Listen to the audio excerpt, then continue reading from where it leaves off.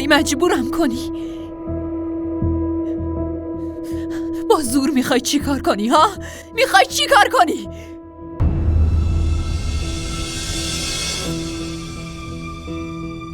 شما هم شنیدین یا نه؟ فکر کنم صدای جیغ یه زن شنیدم.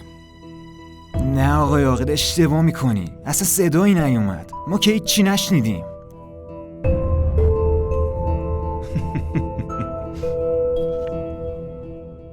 میخوای منو مجبور کنی آره؟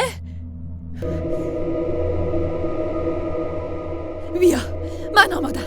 بگو باید کجا رو امضا کنم. فقط میخوای این کاغذها رو امضا بکنم یا بریم؟ من ازت متنفرم رحیم. امروز منو از اینجا میبری، اما من هیچ وقت تو رو قبول نمی کنم. با من ازدواج کنی یه جنازه رو از اینجا میبری رحیم، نه جانان تو.